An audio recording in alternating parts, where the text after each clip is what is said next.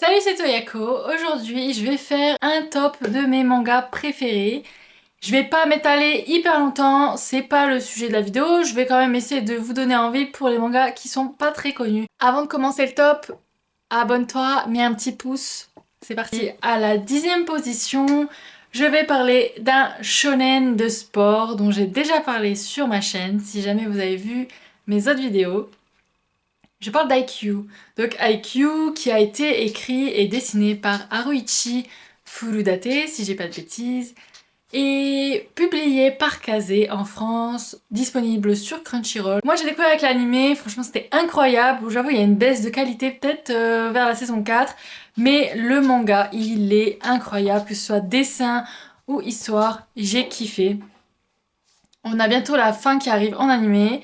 Donc pourquoi IQ est aussi bien selon moi? Parce que déjà les mangas de sport, franchement, je kiffe quand c'est assez réalistique. Et en plus, on a vraiment beaucoup de good vibes. C'est un bon support, même pour les plus jeunes, je trouve. On a nos frissons de épique, on a nos larmes de tristesse, de joie, parce que voilà, on a l'amour du sport qui est vraiment bien montré, je trouve, dans IQ. Et forcément, on va aussi goûter à la défaite, que ce soit pour les personnages que l'on suit depuis le début ou leurs adversaires que l'on va se mettre à adorer. Donc voilà, IQ est une pépite. Si tu ne connais pas encore, je t'invite à tester avec le format avec lequel tu es le plus à l'aise parce que les deux sont top. En 9e position, je vais parler d'un seinen qui est quand même vachement reconnu dans le manga game. Il est très apprécié et pour de bonnes raisons. C'est Vinland Saga. Donc là, pareil, manga anime que je trouve incroyable dans les deux cas. Moi, j'ai commencé avec la saison 1 de l'anime. À l'époque, il n'y avait que la saison 1. Ça a été fait par Wit Studio, donc c'est une dinguerie niveau visuel. Il y a un petit choix au début qui est discutable, mais personnellement, moi, j'ai bien apprécié de voir l'histoire de manière chronologique au tout début. En plus, ils ont rajouté une petite scène qui donne beaucoup de sens au personnage de Thorfinn. Donc, Vinland Saga, petit résumé, qu'est-ce que c'est? On suit un Thorfinn, un jeune viking qui est en quête de vengeance. Voilà, ça c'est pour le plot manga, ça commence comme ça quand il est adolescent. Pourquoi il veut se venger? On découvre petit à petit ce qui lui est arrivé. Ça se passe dans un monde de guerriers où les hommes sont prêts à tout pour rejoindre Valhalla ou juste pour gagner des thunes, certains. Et Thorfinn, au milieu de tout ça, avec ce qu'il a vécu, il va devoir à un moment donné se remettre en question, il va avoir une crise identitaire et ça va être intéressant. Vraiment, les messages dans Vinland Saga, ils sont magnifiques, je trouve. On a des personnages qui vont essayer de le traîner vers le bas, mais on a aussi l'inverse. Et toutes ces rencontres vont faire que Thorfinn, il va, eh bien, devoir changer, il va devoir se poser des questions et il va grandir à travers tout ça. Vinland Saga, c'est vraiment un super univers. Tous les arcs sont géniaux. L'arc actuel, je le trouve super bien aussi. L'arc de la ferme, on n'en parle pas. Voilà. Animation, saison 2 qui est au top niveau également. Je vous reconseille Vinland Saga. On a des musiques aussi qui sont top niveau. Je sais pas, il y a tout. Il y a des combats, il y a de la musique, il y a des beaux dessins. Qu'est-ce que vous voulez de plus? Je pense pas que quelqu'un ne puisse pas apprécier Vinland Saga, honnêtement. Si vous aimez les mangas, j'ose le dire, c'est que si vous n'aimez pas Vinland Saga, c'est que vous n'avez pas compris le propos, voilà, c'est tout. En numéro 8, alors on est encore sur du seinen, toujours historique, guerre, et c'est une pépite, c'est Kingdom. Donc là par contre je ne vais pas parler d'animation, merci d'oublier l'existence de l'animé. Alors je sais qu'ils se sont rattrapés sur la saison 3, 4, 5, hein, mais c'est toujours pas au niveau du manga, je suis désolée. Et ils ont essayé de faire des films hein, avec des acteurs. J'ai testé, mais ça passe pas. Honnêtement, ça passe pas. Moi, j'ai pas aimé. Donc, on va parler que du manga. Voilà. Écrit et dessiné par Yasuhisa Hara, si je dis pas de bêtises. Donc, Seinen, donc c'est le Jump, mais c'est Young Jump du coup. Malheureusement, c'est pas dispo sur Manga Plus. Donc, si vous voulez tester, il va falloir acheter les mangas. Hein. Je ne proposerai pas d'autres solutions. Mais de quoi ça parle Kingdom? Ça se passe au 3e siècle avant Jésus-Christ en Chine. On va suivre Shin et Yu qui sont esclaves et leur but dans la vie, leur grand objectif, c'est devenir de grands généraux sous les cieux. Parce que voilà, eux, ils sont fans de la guerre. Leur état, Qin, est en constante guerre avec les autres états de Chine. Donc il y a 7 royaumes combattants, si je dis pas de bêtises, et à l'époque, voilà, c'est se monter sur la gueule constamment. Et ils vont faire la connaissance de Heisei, un jeune homme qui est le roi de Qin et qui a pour objectif d'unifier la Chine et d'ainsi arrêter ces combats fratricides. Kingdom, c'est incroyable, vraiment c'est une lecture mais qui est passionnante, qui est épique. On a des combats de fous, on a des scènes stylées, des personnages incroyables, des stratégies de guerre. Ah oui, franchement là vous allez apprendre plein de choses sur les tactiques, comment combattre un adversaire quand on est moins nombreux, quand on est moins bien placé sur le terrain. Il y a plein de choses. Et même si c'est donc c'est historique, donc vous allez avoir en plus des textes des fois qui vont encore plus appuyer le propos, ce qui vient de se passer dans l'histoire, dans l'arc, et ça rend les choses encore plus incroyables je trouve. Donc franchement, allez-y. Et en plus, Anime Store, donc Meian, fait un super abonnement pour obtenir tous les tomes et avoir des belles boîtes pour caser les mangas. Il y a des libris, il y a des posters, etc. C'est vraiment pas mal. Donc voilà, j'ai fini de parler de Kingdom. J'ai envie d'en reparler sur cette chaîne-là. J'essaie de la faire très courte. En 7ème position, donc là, je vais parler d'un manga que je ne vais même pas présenter. Honnêtement, tout le monde connaît, c'est normal, c'est Dragon Ball. Voilà, donc pourquoi il est dans ce top parce que moi j'ai grandi avec. Je peux lire ce manga tous les ans, tous les jours, il n'y a pas de problème. J'ai un amour éternel pour Dragon Ball. Et je parle bien sûr des 42 tomes. Pour moi, vous ne parlez pas de Dragon Ball Super, ça n'existe pas. C'est mort, non. Et donc, qu'est-ce que j'ai kiffé dans Dragon Ball, franchement, je peux pas expliquer, c'est juste que voilà, ça m'a forgé. Pour moi, l'arc Cell Cyborg, c'est un des meilleurs arcs que j'ai pu découvrir dans ma vie d'otaku, on va dire.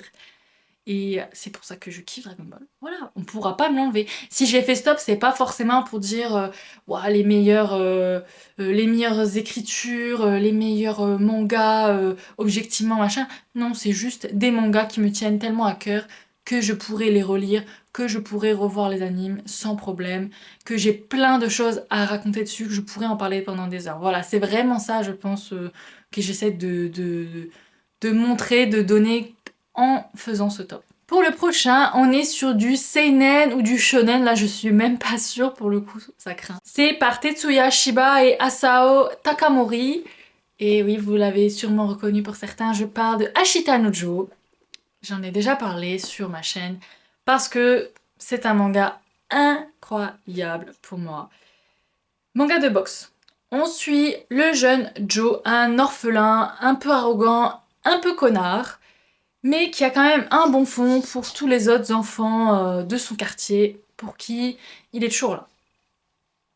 Dunpei, un coach de boxe, alcoolique, un peu douteux, il va le rencontrer et tout de suite il va voir un talent en Joe. Il va l'accompagner, mais voilà, Joe il fait des conneries, il va finir en redressement pour jeune. Mais Dunpei, il va pas lâcher le morceau, il va quand même essayer de lui apprendre les bases de la boxe et lui donner l'amour pour ce sport qu'il aime tant. Dans cette prison, Joe va faire la rencontre de Rikishi, quelqu'un qui va être très important dans sa vie. Tous les deux, voilà, donc sont des jeunes délinquants qui aiment la boxe et qui vont former une amitié et une rivalité qui va ainsi les pousser dans le monde de la boxe professionnelle. Et Joe va très rapidement progresser, mais malheureusement, il va aussi subir le poids de ses points. Parce que voilà, Joe est quelqu'un de très fort, mais ça va se retourner contre lui. Et il va y avoir des moments très compliqués à lire dans Ashita no Joe, mais c'est une lecture incroyable. Je vous recommande cette pépite. Le niveau animé, je ne sais pas parce que je l'ai pas vu, c'est très vieux. Mais le manga, il a été réédité il y a pas très longtemps par Glénat en France. Je trouve le support très agréable à lire. En 5ème position, je vais vous parler d'un seinen qui est incroyable. Bien sûr, là on est dans le top 5, donc c'est la crème de la crème. C'est Rainbow. Donc dessiné par Kakizaki, un mangaka incroyable, qui est hyper fort au dessin je trouve. Et à l'écriture, on a Georges Abbé, qui malheureusement n'est plus de ce monde. Donc Georges Abbé est quelqu'un qui était assez vieux à l'époque où il a écrit ce manga, mais c'est aussi pour ça que l'histoire est aussi intéressante, c'est parce qu'il raconte une période de sa vie qu'il a vécue, dont il a été témoin, Et on va parler de l'après-guerre au Japon. Après la Seconde Guerre mondiale, le Japon a subi une humiliation, c'est-à-dire que l'État américain s'est implanté chez eux. C'était terrible. Donc là, ça se passe dans les années 50-60, je dirais Rainbow. On va suivre 6 jeunes adolescents qui sont envoyés en prison un peu à tort et à travers, on va dire. Et vont se retrouver dans la même cellule qu'un autre jeune qui s'appelle Sakuragi.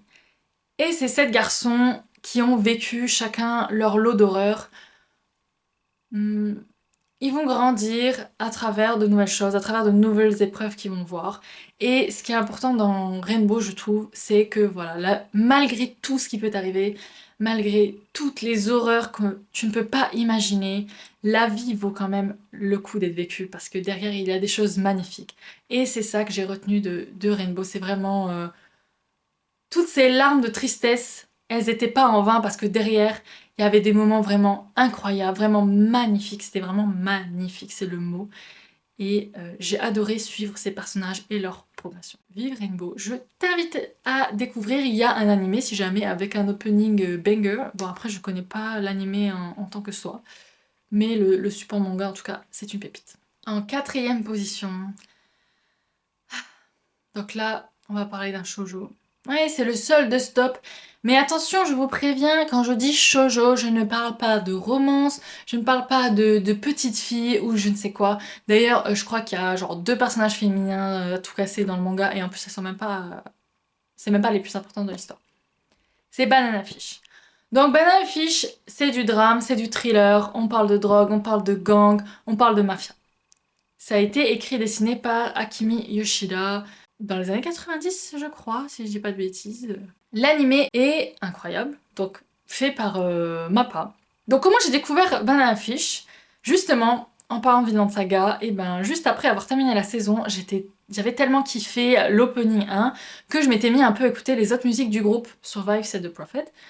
Et je suis tombée sur un autre opening qu'ils ont fait, Banana Fish. Je me suis dit, bah tiens, je connais pas, c'est bien animé, il y a une super musique, je connais pas du tout. En plus, j'ai vu que c'était quand même vachement apprécié de la fanbase.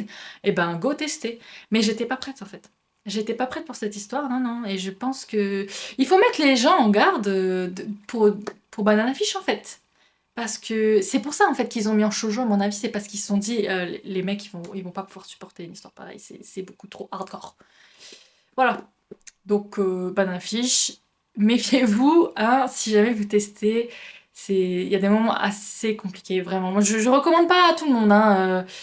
Si vous regardez l'opening, vous allez kiffer, je pense, mais vous n'allez pas savoir, vous n'allez pas vous rendre compte de tous les sujets qui sont abordés dans Banana Fish. Si vous êtes sensible, si vous êtes jeune, ne regardez pas, c'est très compliqué. Et aussi, je tiens à préciser, s'il y a des gens qui veulent pas regarder parce que, oh mon dieu, c'est un BL, non, ce n'est pas un BL. Il y a, oui, un bisou, mais ce n'est pas un bisou d'amour. Non, non, non. Lisez, regardez, vous verrez que c'était pas du tout le cas.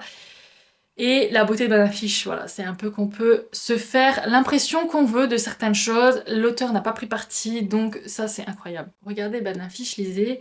Et souffrez avec H, et souffrez avec nous. Bah oui, tous ceux qui ont vu et lu, on est en souffrance depuis, et on est seul, on veut que vous veniez avec nous dans cette tristesse. S'il vous plaît, rejoignez-nous, vous verrez. Donc là, on va rentrer dans le top 3. Donc le top 3, on est que sur du shonen. Voilà, je spoil un petit peu, voilà, désolée, vous verrez pas de Berserk dans mon top 3, même si j'aime beaucoup le manga, ça ne fait pas partie de mon top 10, je suis désolée. En 3e position, c'est là que je vais parler d'un manga, je ne pense pas que tu connaisses. Bah, en tout cas, si tu connais, alors là, je suis heureuse parce que bah, je pense qu'on est 10 en France à connaître, voilà. J'abuse, un petit peu plus. Surtout sur la commu Twitter, là il y en a plein, hein, mais dans la vraie vie, vous êtes où les gars? Voilà, moi j'aimerais bien rencontrer ces gens-là. Donc je vais parler de Major. Major, qui est un shonen écrit par Takuya Mitsuda. C'est un manga de baseball. Et on est sur du drame du haut level. Ça va être très compliqué pour moi de vous conseiller ce manga car il n'est pas édité en France. Je ne sais pas si un jour il le sera, j'aimerais beaucoup, mais je ne sais pas, parce qu'il y a quand même plus de 70 tomes, et c'est terminé, c'est plus la hype actuelle, donc ce serait un gros défi de la maison d'édition. Et deuxièmement, l'animé n'est pas disponible sur de plateformes légales en fait. Donc je peux que vous dire de regarder l'animé comme vous arrivez à le trouver, hein, et essayer d'acheter les tomes japonais, hein. Moi c'est ce que j'ai fait pour quand même participer au financement de l'auteur et de toute son équipe. Bon, c'est bien beau hein, de parler de ça, mais qu'est-ce que c'est Major? Alors on va suivre Goro, un jeune garçon de 5 ans, qui n'a plus sa maman et qui vit seulement avec son père, qui est un joueur de baseball professionnel. Goro, c'est tout ce qu'il a. C'est son papa, c'est le baseball. Lui aussi, il est fan de baseball, il joue tout le temps avec son père. Il va vivre des épreuves, Goro, qui vont faire qu'il va grandir à travers le baseball.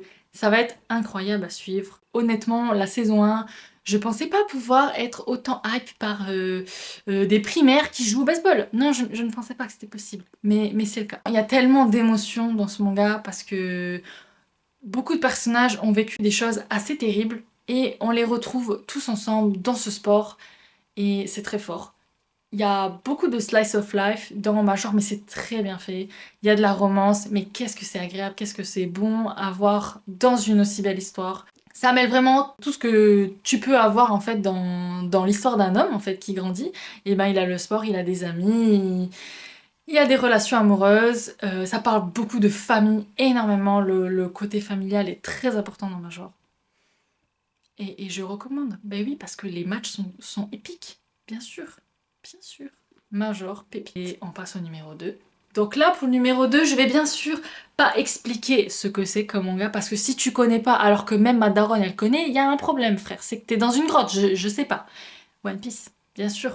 Comment faire un top sans parler de One Piece? C'est tellement incroyable comme histoire. Et je ne vais pas m'étaler dessus parce que j'ai déjà fait une vidéo d'1 heure où je parle de mon amour pour One Piece. Donc n'hésite pas à la regarder si tu as envie de savoir pourquoi j'aime autant. Voilà. Et je passe au numéro 1 tout de suite.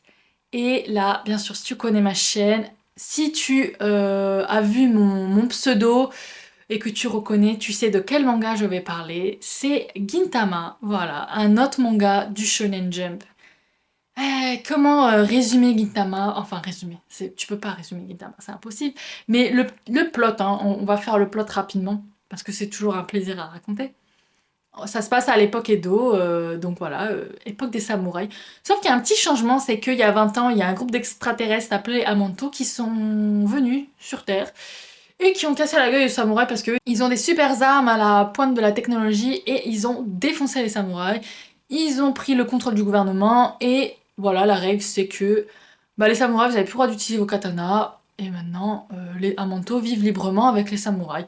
Donc t'as ceux qui sont vachement à l'ancienne, qui veulent revenir à l'époque Edo, comme avant. Et t'as ceux voilà, qui vivent un peu au jour le jour, qui font comme ils peuvent. Et c'est Gintoki, qui d'ailleurs avait affronté les Amanto quelques années plus tôt, mais maintenant, c'est un chômeur de 27 piges qui fait des petits boulots à droite à gauche pour essayer de joindre les deux bouts, voilà. Mais il n'arrive pas à payer son loyer. Heureusement, il va faire la rencontre de Shinpachi, un jeune de 16 ans qui lui aussi est vachement touché par le Bushido du samouraï parce que c'est la dernière chose que lui a laissé son père avant de mourir. C'est un dojo et une façon de voir les choses, de vivre en tant qu'homme. Et en rencontrant Gintoki, il va apercevoir ce que son père lui a un peu laissé comme message. Le troisième membre du trio est une jeune fille de 14 ans, Kagura, qui est une espèce de Saiyan. Voilà, j'en dis pas plus. Et elle aussi va être très marquante et très importante dans son histoire. C'est d'ailleurs mon personnage féminin préféré de tout ce que j'ai pu rencontrer. Elle est géniale, honnêtement. Il y a un autre membre dans ce petit groupe qui forme les Yorozuya. Je n'en dis pas plus, mais voilà, test Gintama. On a un anime incroyable. Bien sûr, le support de base est fou. Qu'est-ce que c'est Gintama? C'est des morales, c'est des leçons. Voilà, les chapitres, je crois même que ça s'appelle des leçons. On nous apprend des choses, on nous éduque. C'est ce que Sorachi a voulu faire avec son manga et il l'a fait d'une manière très très belle. Et j'en profite pour dire que Gintama a certains des meilleurs combats que j'ai pu voir dans des animés. Honnêtement, ça c'est incroyable. Tu vas te taper des barres et la seconde d'après tu vas pouvoir chialer ou l'inverse. Ça, il est aussi très fort pour faire ça. Et si tu veux en savoir plus, je t'invite à regarder ma vidéo qui présente Gintama. Bon, c'est la première vidéo que j'ai faite, mais j'ai quand même mis beaucoup de cœur. Et voilà, c'est terminé pour ce top. Et bien écoute, il y a plein de mangas dont je n'ai pas parlé parce que honnêtement, tu me demandes mon top peut-être la semaine prochaine, il aura peut-être changé, j'avoue. Il y a deux trois mangas que j'ai pas cités et c'est dommage. Bon, je pourrais peut-être faire des vidéos dessus un jour parce que ça mérite d'en parler. Et voilà, bah, n'hésite pas à me donner ton petit top 3, 5, 10, 25, ce que tu veux, en commentaire. N'hésite pas à me dire ce que tu penses des mangas que j'ai cités. Est-ce qu'il y en a que tu aimes, est-ce qu'il y en a que tu détestes, est-ce qu'il y en a que tu veux pas lire, regarder pour X raisons. Pose-moi la question, on en discute, c'est avec grand plaisir. N'oublie pas de t'abonner, de mettre un petit pouce, ça me fera très plaisir, ça aidera à faire avancer la chaîne. Et voilà, je te remercie d'avoir pris le temps de regarder cette vidéo et ciao!